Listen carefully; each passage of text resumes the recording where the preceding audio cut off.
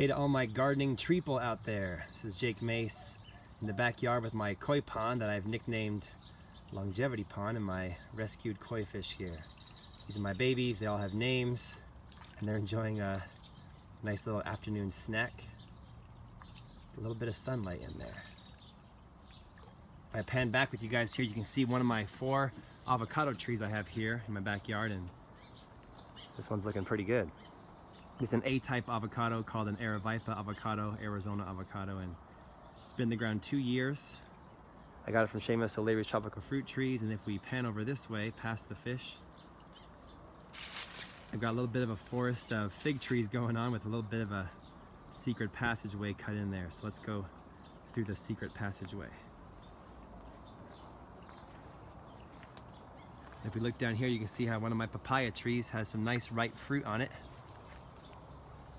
And I'm gonna pick some of these fruits with you guys right now for my lunch. So usually they go from the bottom top, and this one's pretty soft.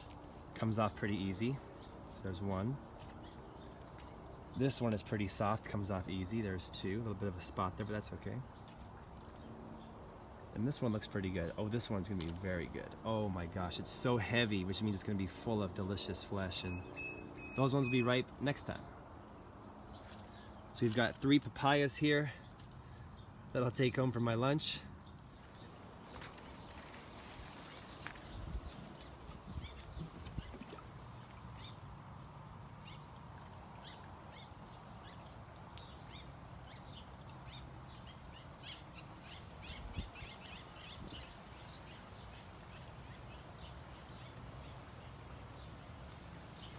This is a fruit tree in my front yard garden.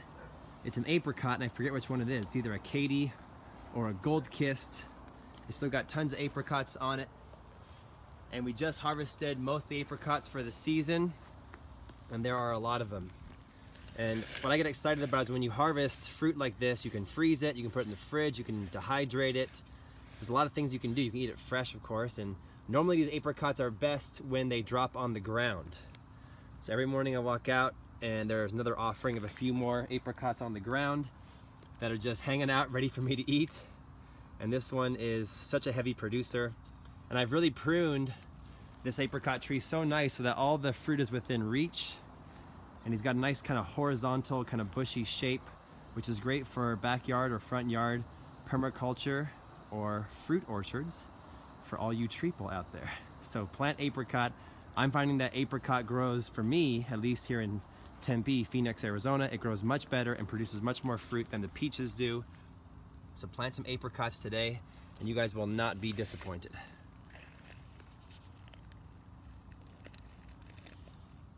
But there's something even more special to eat that's inside the apricot.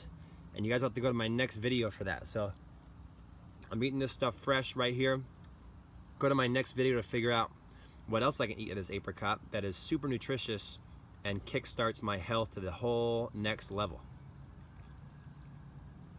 Isn't it cool when you garden and you come back home after a long trip and so many things have changed, even though you've only been gone a week? Everything looks so much more mature, it's amazing.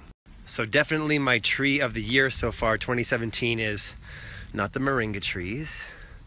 It's the starfruit tree. This guy just keeps producing more and more fruit. Every time I turn around, there's more.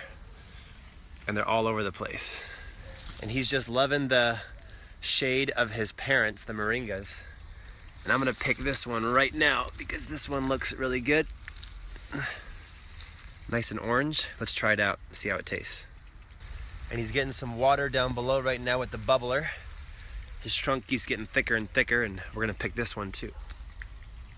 So let's go take a bite and taste this fruit that to me tastes like orange Gatorade.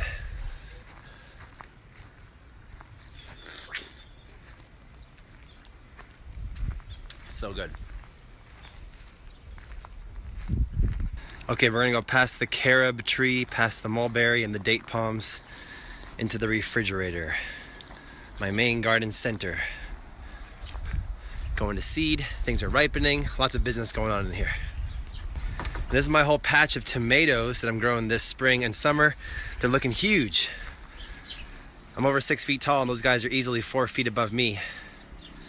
They've been full of flowers and green, delicious fruits like these guys, and now they're getting ripe. Please don't ask me what varieties I'm growing because I get a wide assortment of tomato varieties from my friend Suzanne Velarde with VelardeGardens.com. She sells a lot of her plants at Summer Winds Nursery, and let me show you guys some of the ripe ones that I found today in the patch.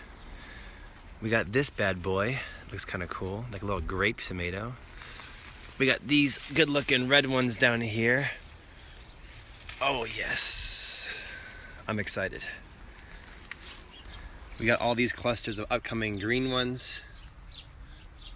Starting to turn. Another delicious cluster right here. Little mini breakfast harvest here going on. So there's some good-looking guys this morning, and the tomato patch continues into the cooler than normal summer. Look at the size of these green ones that are almost ready. They're bigger than a baseball. Oh my God. We're gonna get out of the Jake Mace tomato jungle here.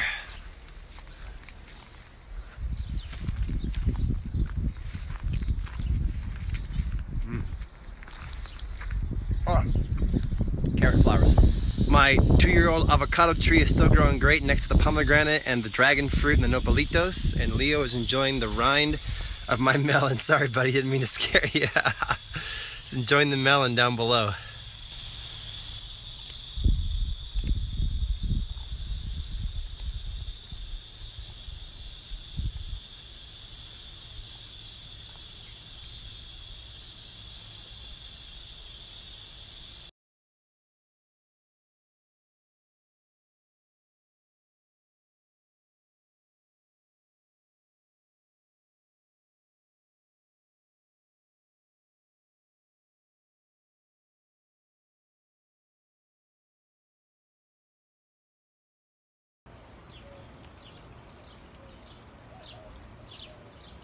One thing I'm growing in my backyard food forest is this Barbados cherry tree, also called an acerola.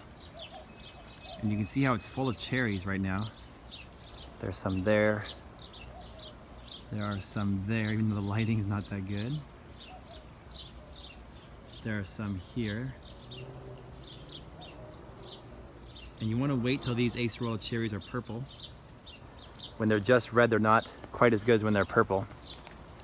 But these ones underneath this branch were looking decent, so I'm gonna pick them for you guys and give you a taste test. That's a good sign when I just touch it and it drops off into my hand. So see how the one in the foreground is red, the one in the background is purple. Purple one's gonna be better, but they're both gonna taste great. That one's fabulous. They're not a real cherry. They actually have multiple seeds in them that look like that. And usually I just throw the seeds back into the tree's root system as mulch. So there you go. Barbados cherry acerola. Been in the ground for about 3 years in my backyard, and I love it.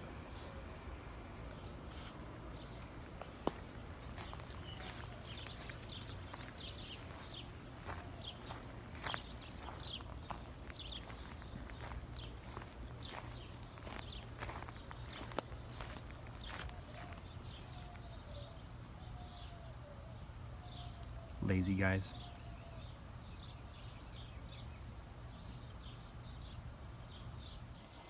And these are my banana trees that have been growing here for about 2 years, and that bird is making a lot of ruckus. Why are you making so much ruckus, my friend? And today I came over to do some gardening here, and I walked out in the backyard, and I have the first flower I've ever had on these bananas, which I believe, if my memory serves me correctly, are Vietnamese giant bananas from my friend Doug Jones, who's the president of the Arizona Rare Fruit Growers, azrfg.org.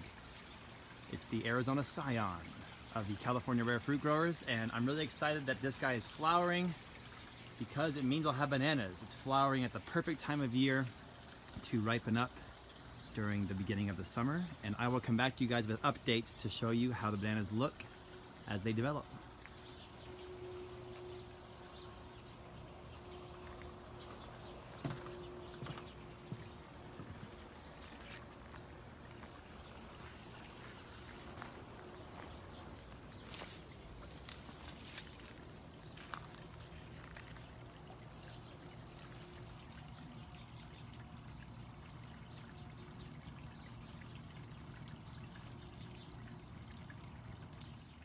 My Aravaipa avocado tree, 4 years old, 2 years in the ground, looking like a beast, almost 11-12 feet tall.